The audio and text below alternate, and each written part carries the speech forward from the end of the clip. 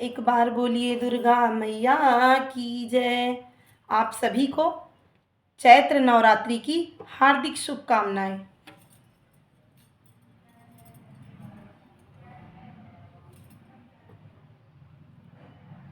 तो आज मैं आप लोगों के बीच एक बहुत ही सुंदर माता रानी का भजन लेके आ गई हूँ।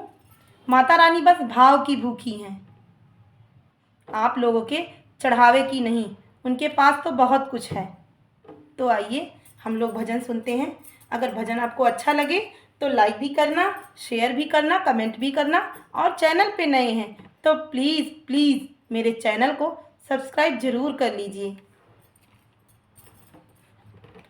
भाव की भूखी है माया, भाव ही एक सार है।